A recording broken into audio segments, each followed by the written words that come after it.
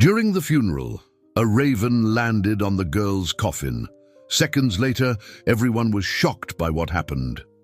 A thick mist hung over Pine Grove Cemetery in the small town of Ravenwood, Massachusetts, as family and friends gathered around the small white casket. The heavy silence was broken only by the muffled sobs of Margaret Thompson, who clutched a crumpled handkerchief between her trembling fingers.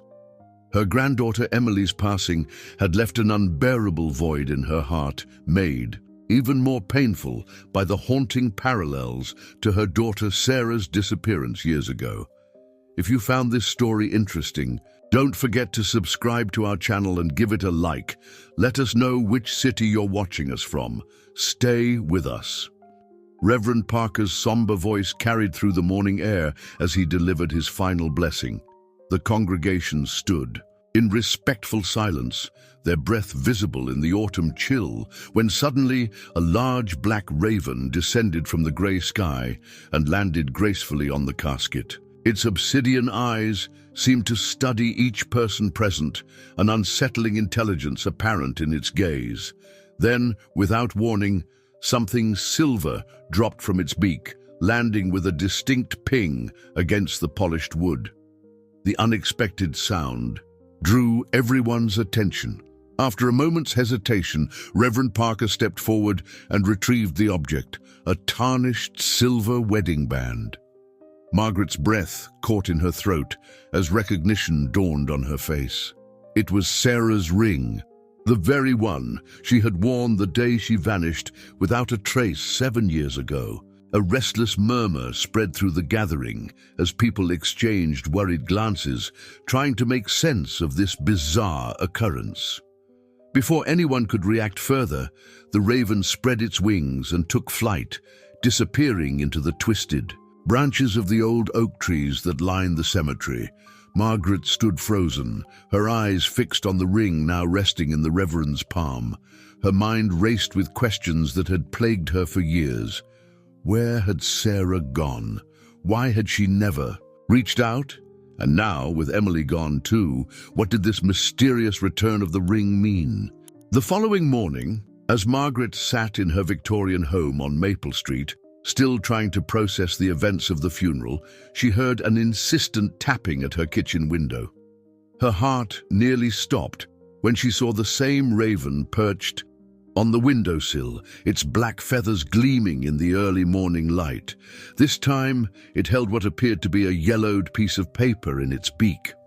With trembling hands, Margaret opened the window. The raven hopped inside and dropped the paper on her countertop before settling on the back of a nearby chair. As she unfolded the weathered document, she recognized it as a newspaper clipping about Sarah's disappearance. The edges were worn, but something on the reverse side caught her attention. A series of handwritten numbers that looked like coordinates. The discovery spurred Margaret into action. She climbed the narrow stairs to Emily's room, a space she hadn't entered since the funeral. Everything remained exactly as her granddaughter had left it. The collection of crystals on the windowsill, the dream catcher above the bed, and most importantly, a small leather-bound journal she had never seen before. As Margaret began to read through the journal's pages, her hands shaking, she discovered entries detailing recurring dreams Emily had experienced in the weeks before her passing. In these dreams, a raven appeared repeatedly, trying to guide her somewhere, showing her something hidden. The details were too specific to be mere coincidence, and the timing too perfect to ignore. Unable to process this information alone, Margaret reached out to James Sullivan, a family friend and former investigative reporter who had helped search for Sarah years ago. Despite being retired, James had maintained his sharp intellect and curiosity for solving mysteries. When Margaret showed him the ring, the newspaper clipping, and Emily's journal, his eyes lit up with the familiar spark of intrigue. Together, they began piecing together the puzzle. James used his old contacts to trace the coordinates, which led to a remote area in the Berkshire woods, a location they hadn't visited in years. As they discussed their findings over cups of coffee in Margaret's kitchen, The raven remained perched, outside the window, watching their every move with those intelligent eyes. The bird's presence seemed less random with each passing hour, as if it were orchestrating a complex series of events. Margaret couldn't shake the feeling that everything, the ring, the coordinates, Emily's dreams, was connected in ways she had yet to understand. As she and James planned their next steps, she found herself wondering if perhaps her granddaughter had known more about Sarah's disappearance than anyone had realized. That evening, as the sun set behind the hills of Ravenwood, casting long shadows across Margaret's garden, she and James made plans to visit the coordinates the following day. Neither could have predicted how this journey would unravel years of carefully guarded secrets, nor how deeply their lives would be changed by what they were about to discover. The early morning fog still clung to the Berkshire woods as Margaret and James made their way through the dense forest. The coordinates from the mysterious newspaper clipping led them deep into an area of the woods they hadn't visited since Sarah's disappearance. James consulted his GPS, while Margaret clutched Emily's journal close to her chest, its pages marked with dozens of colored tabs where she had noted important details from her granddaughter's dreams. According to Emily's journal, Margaret said, her voice barely above a whisper, she kept seeing the same ancient oak tree in her dreams. She described it as having a distinctive split trunk, almost like it had been struck by lightning. She paused, scanning the wooded area around them. The trees here were old, their branches forming a thick canopy overhead that filtered the morning light into dappled patterns on the forest floor. James stopped suddenly, pointing to a massive oak tree ahead. Its trunk was exactly as Emily had described in her journal, split down the middle, creating a natural V-shape. "Margaret, look," he said, his voice filled with quiet amazement. "The coordinates lead right to this spot." As they approached the ancient oak, a familiar caw echoed through the trees. The black raven that had been their mysterious guide perched on one of the split branches, watching them intently. Margaret's hands trembled as she pulled out the newspaper clipping, double-checking the numbers. They were exactly where they needed to be. James pulled out the equipment he had brought, a metal detector and a small shovel. The raven seemed to follow their movements with an almost human-like understanding as they began their search around the base of the tree. After several minutes of careful scanning, the metal detector emitted a sharp beep near the oak's massive roots. "There's definitely something here," James said, marking the spot. He began to dig carefully, mindful of the tree's root system. Margaret stood beside him, her heart pounding with each shovelful of earth removed. The raven remained perched above, as if supervising their work. About 2 feet down, James's shovel struck something solid. He brushed away the remaining dirt, with his hands revealing a rusted metal box, exactly as described in Emily's journal. Margaret gasped, recognizing the intricate flower pattern embossed on its lid. It was the same design as the music box she had given Sarah on her 16th birthday. With trembling fingers, Margaret helped James lift the box from its earthen grave. Years of exposure had left it corroded, but the latch still worked. Inside, protected by a sealed plastic bag, they found a letter in Sarah's unmistakable handwriting, dated just days before her disappearance. The paper was yellowed, but perfectly preserved, every word still legible. As Margaret unfolded the letter, her eyes filled with tears. "It's really from her," she whispered, her voice breaking. James placed a supportive hand on her shoulder as she began to read. The letter started with words that made her blood run cold. "Mom, if you're reading this, it means Emily found a way to help you understand why I had to leave." The letter revealed that Sarah had discovered something that put not only her life, but her entire family's safety at risk. The details were deliberately vague, but she mentioned that she had to create a new identity to protect Emily. There were references to people who weren't what they seemed, and promises that one day, when it was safe, all would be revealed. James, noticed something else in the box, a small key with a tag attached to it bearing the number 247. Margaret recognized it immediately. It matched the style of keys used at the old Pine Grove storage facility on the outskirts of town.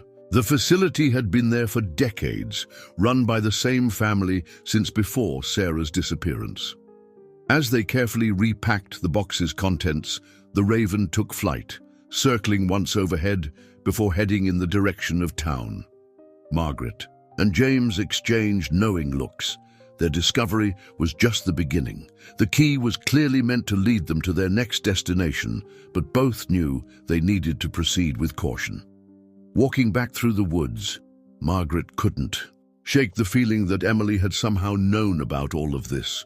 The dreams recorded in her journal weren't just random nightmares. They were messages, pieces of a puzzle that she had been trying to solve. Now it was up to Margaret and James to follow the trail she had helped reveal, one clue at a time. Back at her Victorian home on Maple Street, Margaret sat at her kitchen table, studying Sarah's letter for what felt like the 100th time. James had gone to investigate the storage facility key, leaving her alone with her thoughts and the weight of new revelations.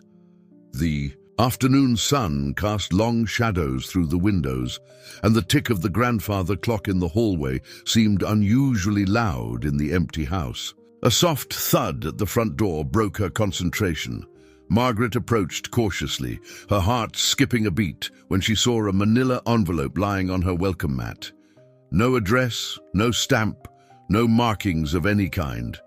She looked up and down the street, but there was no sign of who might have delivered it. The Raven, their mysterious messenger, sat watching from its perch on a nearby maple tree.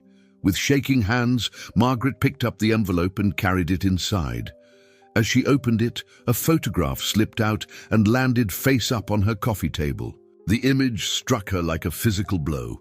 There was Sarah, looking exactly as she had 7 years ago, standing next to a man Margaret had never seen before.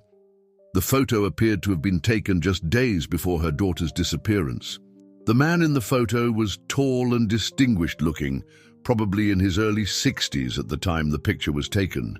He wore an expensive suit and had a distinctive scar above his right eyebrow. Sarah was smiling in the photo, but there was something in her eyes that Margaret had never noticed before, a mixture of determination and fear. The sound of knocking made Margaret jump. She opened the door to find James, looking excited. "The storage facility is still there," he said, stepping inside, "but Unit 247 hasn't been accessed in years.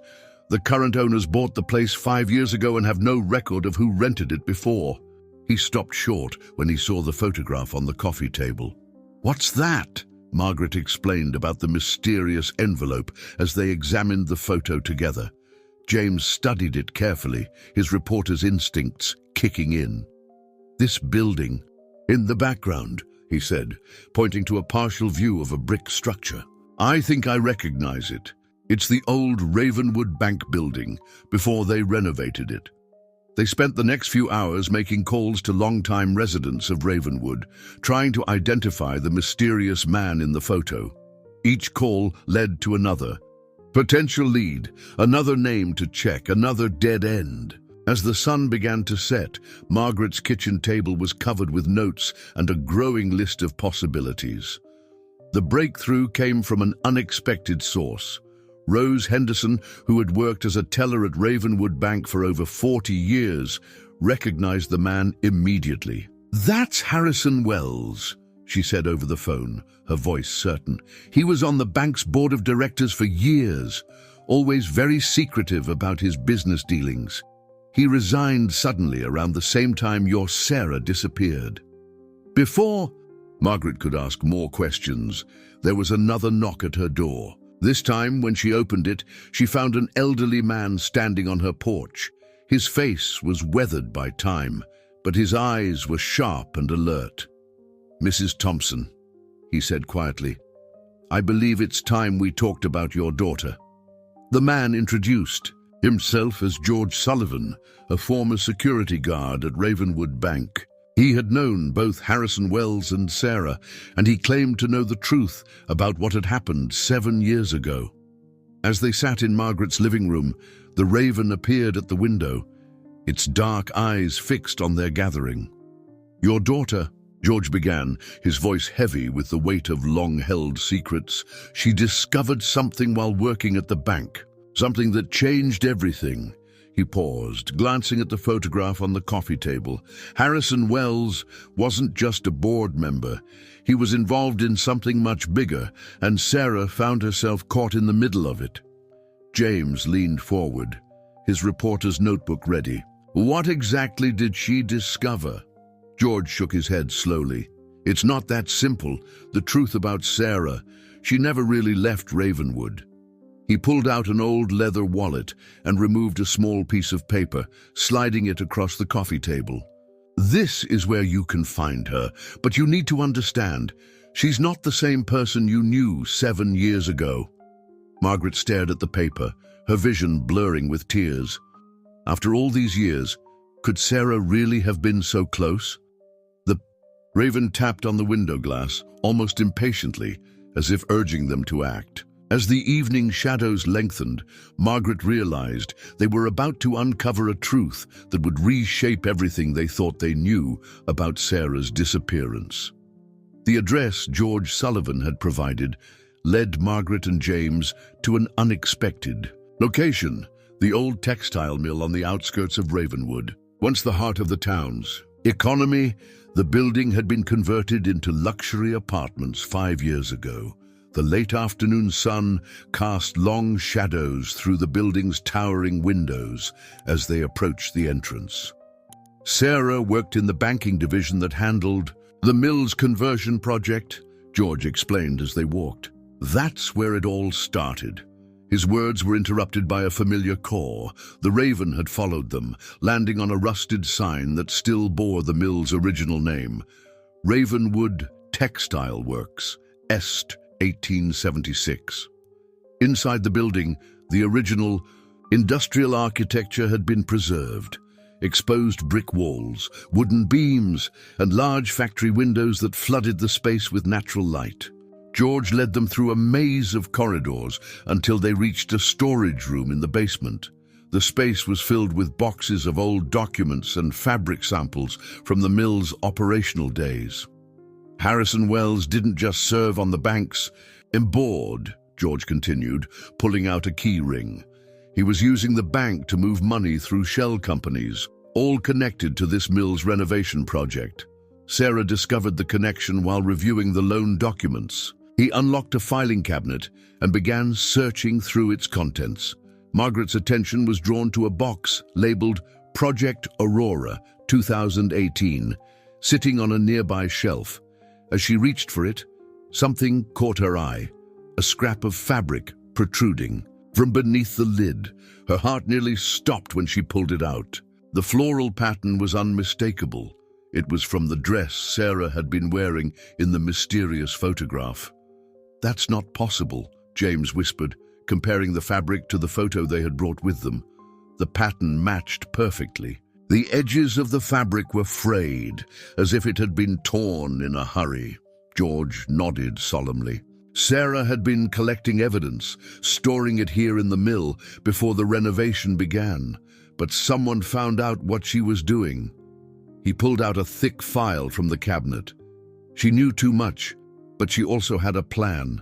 She didn't just disappear, she transformed herself. The file contained documentation for a woman named Claire Bennett, who had moved to Ravenwood 5 years ago and taken a position as the mill's property manager. Margaret's hands trembled as she looked at the photo attached to Claire's employee ID. Though the woman had different colored hair and wore glasses, there was no mistaking those eyes. They were Sarah's eyes. "Claire Bennett lives in apartment 5B, George said quietly. "She's been here all along, hiding in plain sight, watching over both of you from a distance." He paused, his expression grave. "But she never felt safe enough to reach out, not until now. Emily's dreams, they weren't just dreams. Somehow, she knew. She was starting to piece it together." Before Margaret could process this revelation, her phone buzzed with a text message from an unknown number. "Mum, it's time. Apartment 5B. Come alone." The message was signed with a simple S. James studied the message over her shoulder. This could be a trap, he warned, but Margaret was already moving toward the elevator. The Raven appeared at a basement window, watching intently as she pressed the button for the 5th floor. "I need to do this alone," Margaret insisted, her voice firm despite her racing heart. "I've waited 7 years for answers. Emily led us here for a reason." She clutched the piece of torn fabric in her hand like a talisman as the elevator doors closed. The 5th floor hallway was quiet, its walls lined with large windows that offered a panoramic view of Ravenwood. Margaret's footsteps echoed on the polished concrete floor as she approached apartment 5B. Before she could knock, the door opened, revealing a woman with auburn hair and wire-rimmed glasses. For a moment they stood in silence, years of separation and secrets hanging between them like a heavy curtain. Then the woman spoke, her voice achingly familiar despite its slight tremor. "Hi, Mom. We have so much to talk about." Sarah, now Claire, stepped aside to let her mother enter. Behind them, the Raven landed on the windowsill, its mission nearly complete. The time for truth had finally arrived. The apartment was bathed in the warm glow of sunset streaming through floor-to-ceiling windows. Margaret stood in the entryway, taking in every detail of her daughter's face. Despite the auburn hair and glasses, Sarah's familiar expressions shone through the careful disguise she had crafted as Claire Bennett. Years of separation melted away as they embraced, both women dissolving into tears. "I never wanted to leave," Sarah whispered, her voice thick with emotion, "but I had to protect Emily and you. There was no other way." She led Margaret to a comfortable sitting area where a tea service had been prepared, as if Sarah had been anticipating this moment for years. The apartment walls were covered with photographs, carefully arranged to tell the story of Claire Bennett's life, but Margaret noticed subtle details that revealed the truth beneath the facade. Hidden among the fabricated memories were small glimpses of the real Sarah, artfully concealed within Claire's manufactured existence. "Emily knew, didn't she?" Margaret asked, clutching her teacup with trembling hands. "Her dreams, the journal entries. She was somehow connecting the pieces." Sarah nodded, removing her glasses and wiping away tears. "She was so intuitive, just like she'd always been. About 3 months ago, she started visiting the mill for her school history project. I couldn't help but watch her from afar, and somehow she sensed my presence." The dreams started after that. The Raven, which had followed them up, perched on the balcony railing outside, its dark eyes fixed on their reunion. Sarah smiled at the bird, a knowing look in her eyes. "I didn't plan for the Raven to become involved, but it seemed to understand what needed to be done. After Emily..." She paused, unable to speak of her daughter's passing directly. "After we lost her, I knew it was finally time to end this charade." Margaret listened as Sarah began to explain the events that had led to her disappearance. Working at Ravenwood Bank, she had discovered irregularities in the accounts connected to Harrison Wells and the mill renovation project. What started as simple accounting discrepancies led to a complex web of hidden transactions and shell companies. Wells wasn't just moving money, Sarah explained, moving to a locked cabinet in her home office. He was hiding something much bigger. The mill renovation was just a cover. She withdrew a thick folder filled with documents, spreadsheets, and photographs. I started gathering evidence, but then I discovered that some of the town's most prominent figures were involved. People we trusted, people with power. She spread the documents across her coffee table, revealing years of meticulous documentation. I couldn't go to the authorities. I didn't know who to trust. Wells had connections everywhere. When he realized I knew too much, he made it clear that my family would suffer the consequences if I exposed the truth. But why stay so close? Margaret asked, struggling to understand. Why risk everything by remaining in Ravenwood? Sarah's expression softened as she pulled out another photograph, this one hidden behind a false panel in her bookshelf. It showed Emily at various ages, clearly taken from a distance, at school events, in the park, walking home from the library. I couldn't bear to be completely separated from my daughter. Claire Bennett's position at the mill gave me a perfect vantage point to watch over both of you, to make sure you were safe. The sun had nearly set, casting long shadows across the apartment.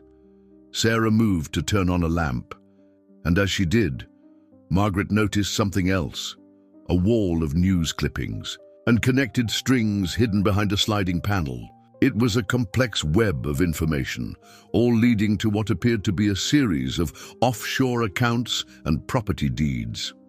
Tonight, everything changes, Sarah said, her voice taking on a determined edge. Wells thinks he's untouchable, but I've spent 7 years building a case against him and his associates. Emily's research for her history project unknowingly helped me complete the final pieces of the puzzle. A gentle knock at the door interrupted their conversation. James and George stood in the hallway, their expressions a mixture of concern and relief. Sarah invited them in, knowing that the time had come to share everything. As they gathered, around her evidence wall, the Raven watched through the window, its presence a reminder of the mysterious forces that had brought them all together. As the night settled over Ravenwood, Sarah's apartment became a hub of revelations. The evidence wall told a story of corporate intrigue and financial deception that had forced her into hiding. James studied the connected strings and documents with his experienced reporter's eye, while George filled in crucial details from his years as a security guard. The mill renovation wasn't just about luxury apartments, Sarah explained, pointing to a series of architectural plans. Wells and his associates were using it to hide their real operation. They created a sophisticated network of shell companies, all connected to something called Project Aurora. She pulled out more documents from a hidden safe behind a painting, bank statements, property deeds, and corporate records that painted a picture of a massive financial scheme. Margaret watched her daughter move around the room with purpose, noting how different she seemed from the Sarah of 7 years ago. Claire Bennett wasn't just a disguise, she had become an armor of sorts, allowing Sarah to build a life while protecting her family. The weight of those years hung heavy in the air between them. Emily started asking questions about the mill's history. Sarah continued, her voice softening at the mention of her daughter. She was always so curious, so perceptive. Her school project brought her here regularly, and I couldn't help but find ways to be near her. She pulled out a collection of visitor logs from the mill's museum, each one showing Emily's neat signature. I would disguise my voice and give her tours, sharing little pieces of the truth through the mill's history. The Raven, still perched outside, tapped gently on the window. Sarah smiled sadly. Emily developed a fascination with ravens after her visits here. In her journal, she wrote about dreams where a raven tried to tell her something important. Somehow, she was connecting to the truth even before she understood what it meant. James spread out his notes on the coffee table. Wells didn't just vanish after your disappearance, he said. He's still in town, still on the bank's board of directors, though he keeps a lower profile now. The question is, why reveal everything at this moment? Sarah moved to her desk and retrieved a USB drive from a hidden compartment. Because now I have proof of everything.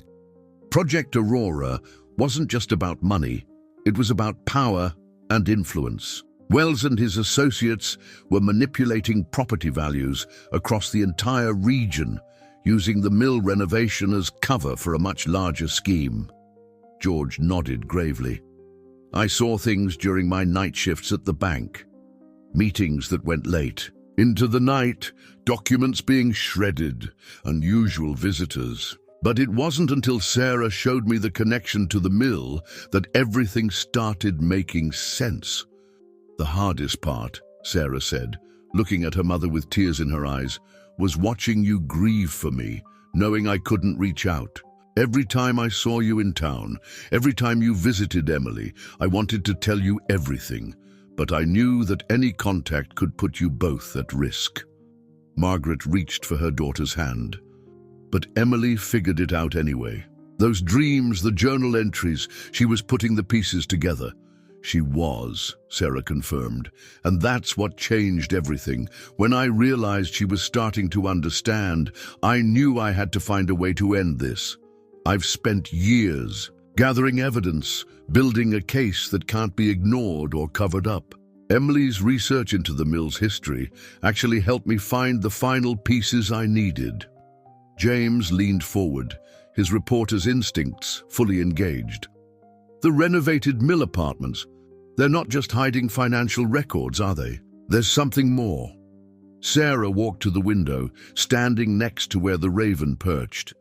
The entire 5th floor was supposed to be residential units, but look around, mine is the only occupied apartment. The rest of the floor is filled with hidden storage rooms and secret offices. Every document, every transaction, every piece of evidence about Project Aurora is hidden behind these walls. As if on cue, the Raven spread its wings and flew to another window, tapping insistently. Sarah hurried to follow it, pulling back a heavy curtain to reveal a door cleverly concealed in the wall's paneling. "This," she said, reaching for a key hanging on a chain around her neck, "is where we'll find everything we need to understand the full scope of what's been happening in Ravenwood."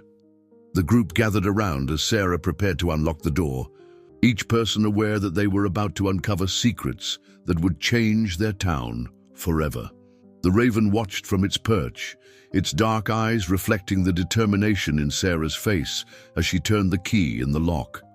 The hidden door opened to reveal a sophisticated home office, its walls lined with filing cabinets and computer monitors. Sarah led them inside, switching on the lights to illuminate what appeared to be a command center of sorts.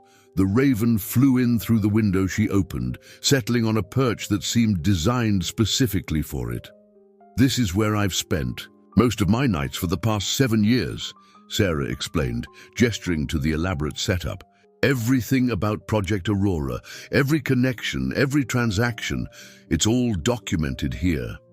The monitors displayed various security camera feeds from around the mill building, while others showed complex financial spreadsheets and property maps of Ravenwood. Margaret moved slowly through the space, taking in the extent of her daughter's secret life. One wall was covered with photographs of Emily at different ages, candid shots taken from a distance at school plays, soccer games, and community events. Beside each photo were detailed notes about Emily's activities and achievements, a heartbreaking chronicle of a mother forced to watch her daughter grow up from afar. Emily's research project wasn't just about the mill's history, Sarah said, pulling out a folder filled with her daughter's handwritten notes. She was investigating the connection between the mill's renovation and the sudden changes in Ravenwood's real estate market. She had no idea she was uncovering the very thing I'd been documenting for years. James examined the property maps with growing understanding. "The pattern," he murmured, tracing lines between different locations.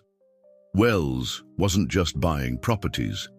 He was systematically acquiring key pieces of land throughout the region, using the mill project to manipulate values and control development. Sarah nodded, typing commands into one of the computers. Project Aurora was designed to reshape the entire region's economic landscape. The mill renovation was just the first phase. Wells and his associates planned to control everything: water rights, land development, even the town's historical preservation laws. George moved to a filing cabinet, pulling out documents he recognized from his time at the bank. "These are the original plans for the mill conversion," he said, spreading them across a large table.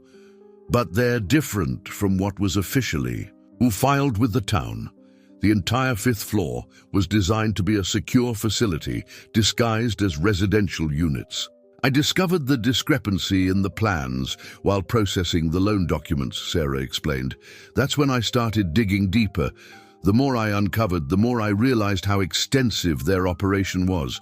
They weren't just breaking financial regulations. They were trying to gain control of the entire region's resources. Margaret picked up a framed photograph from Sarah's desk. It showed Emily sitting at the Mills Museum, deeply engrossed in her research notes. "She looks so much like you," she whispered, the same determination in her eyes. Sarah touched the photograph gently. She started having the dreams right after she found some old newspaper articles about the mill's original owner. Somehow she sensed the connection. The raven began appearing to her just as it had been helping me all these years. She glanced at the bird, which was now preening its feathers on its custom perch. "But why the raven?" James asked, watching. The bird with curiosity.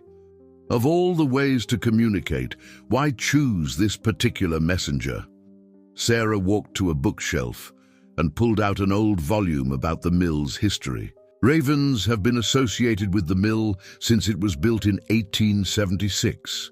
The original owner, Elizabeth Ravenwood, was known for keeping them as companions. They became symbols of the town itself. She opened the book to a marked page showing a photograph of the mill's founder with a raven perched on her shoulder. Emily was fascinated by that story, Sarah continued. She wrote about it in her journal, theorizing that the ravens had been protecting the mill's secrets for generations. What she didn't know was that this particular raven had been helping me maintain my connection to both of you all these years. The raven suddenly flew to another filing cabinet, pecking at a specific drawer. Sarah quickly moved to open it, revealing a hidden compartment containing a series of old ledgers. "These," she said, carefully lifting them out, "are the original mill records from the 1800s. Emily found references to them in her research, but Wells and his associates never knew they existed. They prove that the water rights they've been claiming actually belong to the town itself." As they gathered around to examine the ledgers, a soft chime sounded from one of the computer monitors. Sarah's expression changed as she read the incoming message. "It's time," she said, her voice firm with resolve. "Wells is calling an emergency board meeting tomorrow morning. He's planning to push through the final phase of Project Aurora before anyone can stop him." The group worked through the night in Sarah's secret office, preparing for the confrontation that would change Ravenwood forever. Margaret watched her daughter move with purposeful efficiency, seeing both the Sarah she remembered and the Claire Bennett she had become, two sides of the same determined spirit. "These ledgers are our key," Sarah explained, carefully digitizing the crucial pages. "Elizabeth Ravenwood didn't just build the mill. She established a trust that protected the town's water rights in perpetuity. Wells has been using falsified documents to claim control, but these original records prove that the resources belong to the community." James organized the evidence into a compelling narrative, his years of investigative journalism experience proving invaluable. "We need to present this in a way that's impossible to dismiss," he said, creating a detailed timeline of events. "The connection between the mill renovation, Project Aurora, and the systematic manipulation of property values needs to be crystal clear." The raven flew between them, occasionally landing near specific documents as if helping to highlight important details. Sarah smiled at its actions, remembering how Emily had written about the bird's intelligence in her journal. Emily believed the ravens were guardians of the mill's secrets, she said softly.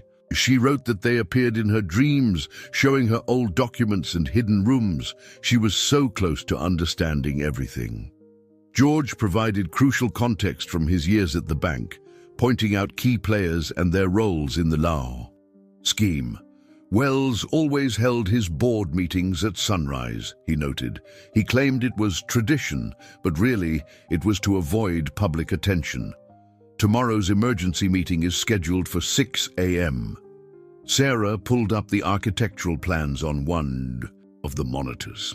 The bank's boardroom has a secret observation gallery installed during the building's renovation in the 1920s. I discovered it while reviewing the original blueprints. She pointed to a hidden passage marked in faded ink. We can present our evidence in a way that leaves no room for denial or evasion. Margaret sorted through Emily's research notes, marveling at her granddaughter's intuition. She connected so many pieces without even knowing the full picture, she said, her voice full of pride and sadness. Her notes about the mill's water, usage patterns and property records, they all support what you've uncovered. The raven suddenly became alert, flying to the window and cawing softly. Sarah checked the security feeds and saw several cars arriving at the bank. Wells is calling in his associates early, she observed. They're probably meeting to prepare for tomorrow's announcement. What exactly is the final phase of Project Aurora? James asked, reviewing the documents they'd gathered. Sarah pulled up a series of maps on the main screen. They're planning to create an artificial water shortage by redirecting the mill's reservoir. This would force the town council to approve emergency measures, giving Wells and his associates complete control over the region's water rights. The property deeds they've accumulated would suddenly be worth fortunes. And Emily's research project? Margaret asked, holding her granddaughter's journal. She was studying the mill's impact on local water resources, Sarah explained. Her environmental science teacher encouraged her to explore the historical aspects, which led her to the museum. Archives. That's where she found references to Elizabeth Ravenwood's original trust documents, the very documents Wells thought had been destroyed decades ago. The raven returned to its perch, watching as they organized their evidence into a compelling presentation. Sarah's computer skills, James's storytelling ability, and George's insider knowledge combined to create an irrefutable case against Wells and his schemes. Tomorrow morning, Sarah said, looking at her mother with determination, Claire Bennett will finally step into the light, and Sarah Thompson will reclaim her life. Emily helped make this possible. Her research, her dreams, her connection to this place. She led us all to the truth, even if she didn't live to see it revealed. As dawn approached, they finalized their preparations. The Raven took flight once more, circling the mill before heading toward the bank building, as if scouting the way for what was to come. Margaret embraced her daughter, feeling the weight of 7 years of separation and secrets finally beginning to lift. Emily would be proud, she whispered. She always believed in fighting for what's right, just like her mother. Sarah held her mother tighter, watching the first hints of sunrise color the sky over Ravenwood. In a few hours, everything would change. The truth would finally emerge from the shadows, just as she would step out of her carefully constructed disguise and back into her real life. The morning mist clung to the streets of Ravenwood as Sarah, Margaret, James, and George approached the imposing facade of the bank. The building's granite columns loomed above them, their shadows long in the early morning light. The raven circled overhead before perching on the building's ornate cornice, watching as they climbed the steps. Inside, the marble lobby echoed. With their footsteps, George led them to a hidden door behind a massive painting of Elizabeth Ravenwood, the bank's founding benefactor. The secret observation gallery he had mentioned was accessed through a narrow staircase, its existence known only to a few. Wells and the board members should be arriving any minute, George whispered, checking his watch. They always gather in the anteroom first for coffee and preliminary discussions. He guided them through the passage to a position above the boardroom where they could observe through cleverly disguised ventilation panels. Sarah removed her Claire Bennett disguise, the auburn wig and wire-rimmed glasses. For the last time, she pulled out her laptop and connected it to a small projector they had brought. On the boardroom's main screen, a series of documents began to appear. Elizabeth Ravenwood's original trust documents, property deeds, water, rights agreements, and financial records that told the true story of Project Aurora. The raven appeared at a small window in the gallery, tapping gently with its beak. Sarah smiled, remembering Emily's journal entries about the bird's mysterious presence in her dreams. Emily wrote that in her dreams, the raven always appeared at moments of truth. She whispered to her mother. She believed it was Elizabeth Ravenwood's spirit, still protecting the town's legacy. Below them, the boardroom began to fill. Harrison Wells entered last, his commanding presence drawing all eyes. He carried himself with the confidence of someone accustomed to controlling every situation. The other board members settled into their seats, their faces showing mixture of anticipation and concern. "Ladies and gentlemen," Wells began, standing at the head of the table, "I've called this emergency meeting to finalize the last phase of Project Aurora. Our years of careful planning are about to bear fruit." He nodded to his assistant, who began distributing folders to the board members. Sarah's finger hovered over her laptop's keyboard. Through the ventilation panel, she could see Wells preparing to present his plans for the artificial water crisis that would give him control over the region's resources. The moment to act had arrived. With a single keystroke, Sarah's evidence appeared on the boardroom's screen, replacing Wells's prepared presentation. The room fell silent as Elizabeth Ravenwood's original trust documents filled the display, followed by a cascade of evidence revealing the true nature of Project Aurora.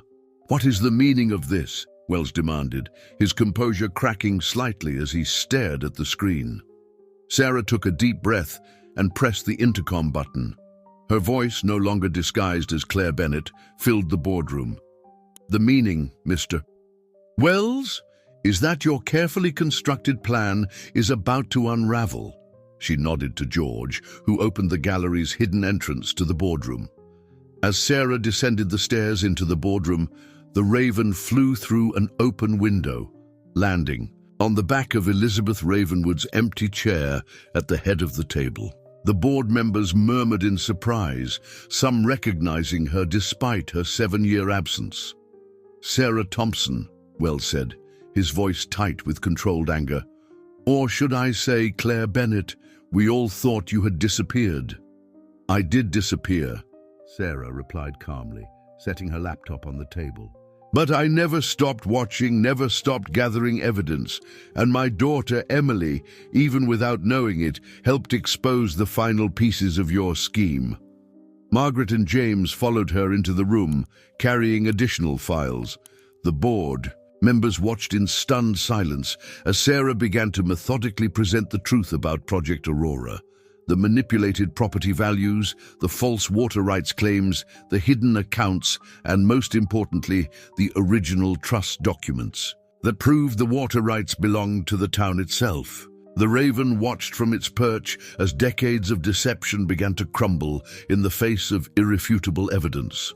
Wells's carefully constructed world of influence and control was about to change forever, and the morning sun streaming through the boardroom window seemed to shine with the promise of justice finally being served.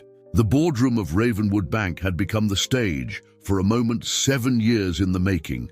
As Sarah continued presenting her evidence, the board members' expressions shifted from skepticism to shock, and finally to understanding. The raven remained perched on Elizabeth Ravenwood's chair, its presence a silent reminder of the town's heritage. "These documents," Sarah said, displaying the original trust agreements, "prove that Elizabeth Ravenwood established an irrevocable water trust for the benefit of the town. The mill's water rights were never meant to be privately controlled or exploited." She turned to Wells, whose composed facade had begun to crack. "You knew about these documents all along, didn't you? That's why you tried to have the mill's original archives destroyed during the renovation." Wells adjusted his tie, a nervous gesture that betrayed his growing discomfort. "Those documents are clearly forgeries. The original trust agreements were lost decades ago." "That's what you wanted everyone to believe," James interjected, stepping forward with Emily's research journal. But my goddaughter's school project led her to discover references to these documents in places you never thought to look. She found Elizabeth Ravenwood's personal diaries in the town museum's archives. Margaret opened Emily's journal to a marked page. My granddaughter wrote about strange symbols she found carved into the mill's original cornerstone. They turned out to be coordinates leading to Elizabeth Ravenwood's hidden document vault. Emily's dreams about the Raven were leading her to the truth, even if she didn't fully understand it at the time. The board members whispered among themselves as Sarah displayed more evidence on the screen. Property records, bank transactions, and internal memos painted a clear picture of how Project Aurora had been designed to manufacture a water crisis, forcing the town to surrender control of its most valuable resource. Claire Bennett, one of the board members, said, looking at Sarah with newfound understanding. "You've been the mill's property manager for 5 years. You had access to everything." Sarah nodded. "I created Claire Bennett to protect my family while I gathered evidence. The mill's renovation gave me the perfect cover to document everything. Every meeting, every transaction, every altered document. I saw it all."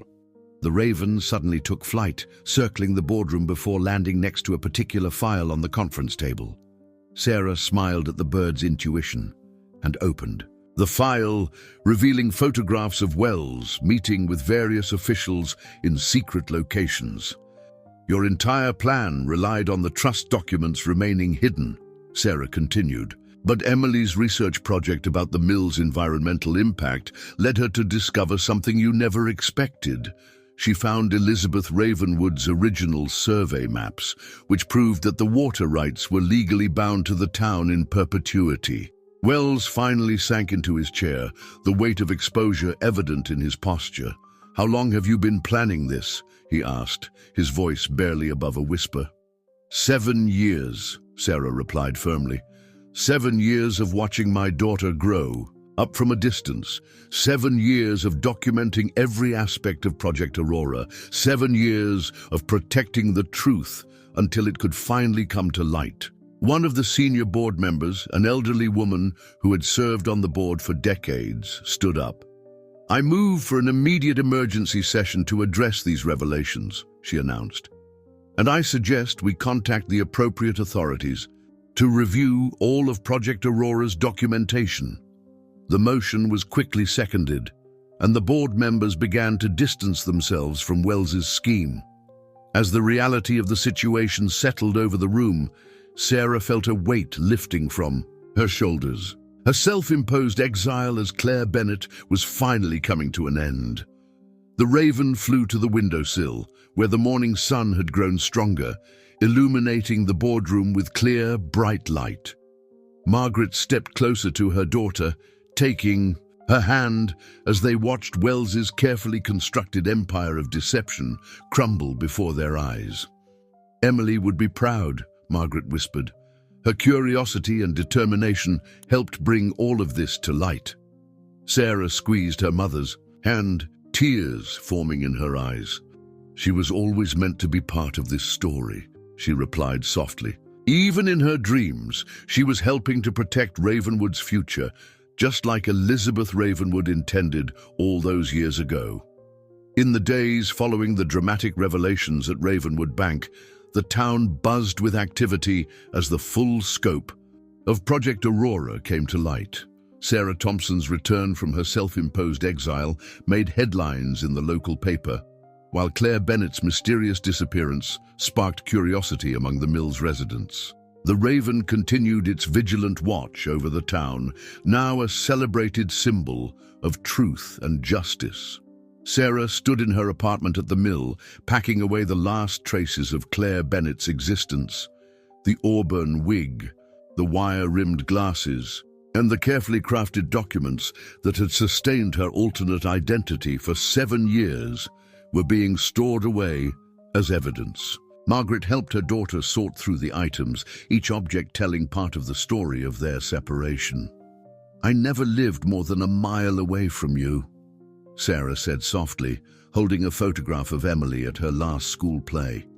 Every day was a struggle not to reach out, not to reveal myself, watching Emily grow up through a lens instead of being able to hold her.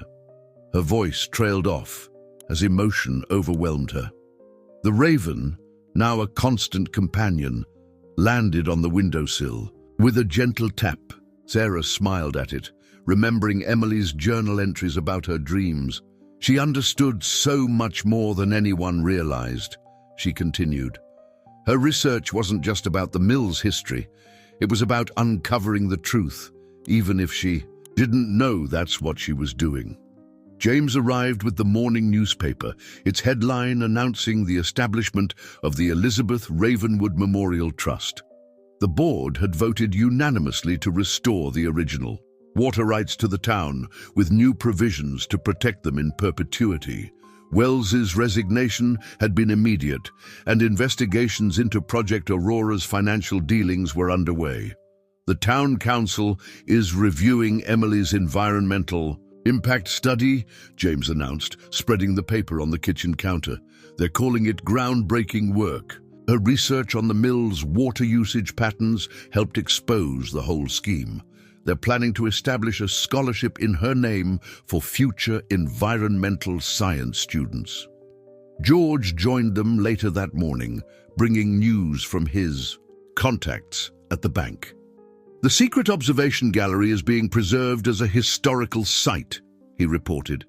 They're calling it the Watchman's Walk, a reminder of how truth can survive in unexpected places. Sarah led them all to her hidden office, now being transformed into a public museum space dedicated to both Elizabeth Ravenwood's legacy and Emily's research. The walls that once held surveillance monitors and evidence files would soon display historical documents and environmental studies, telling the story of how a town protected its natural resources across generations. Emily's dream journal will be the centerpiece, Sarah explained, carefully placing the leather-bound book in a display case. Her connection to the raven, her intuitive understanding of the mill's importance, it all helped bring the truth to light. Future students can learn from her dedication and insight. Margaret watched as her daughter moved through the space, no longer hiding behind Claire Bennett's careful facade. Sarah's true personality shone through, stronger and more determined than ever. The years of separation had changed her, but they hadn't broken her spirit. The raven soared into the room through an open window, carrying a small twig in its beak. It placed the twig next to Emily's journal, as if adding its own contribution to the historical record. Sarah touched the glass case gently, tears in her eyes. "You know," she said, turning to her mother, "Emily wrote something remarkable in her last journal entry. She described a dream where she saw two ravens, one guiding her through the mill's past and another leading her toward its future. She wrote that they felt like guardians, protecting not just the mill, but the whole town's legacy." James nodded thoughtfully. Elizabeth Ravenwood's original vision for the town was about more than just water rights. She wanted to create a community that would protect its resources for future generations. In a way, both you and Emily helped fulfill that vision. As the morning sun filled the room, Sarah began sharing her plans for the future. The mill would become a center for environmental research and historical preservation, combining Emily's passion for science with the town's rich heritage. The hidden office would be transformed into an educational space where students could learn about water conservation and sustainable development. "It's time to bring everything into the light," Sarah declared, looking around at the people who had helped her maintain her secret for so long. "No more shadows, no more hidden truths. Emily showed us the way forward, even if she didn't know it at the time." 1 year later, the Ravenwood Mill stood transformed. The autumn breeze carried the sound of chattering students through the renovated halls as Sarah Thompson, no longer hiding behind the identity of Claire Bennett, led the inaugural tour of the newly established Emily Thompson Environmental Research Center.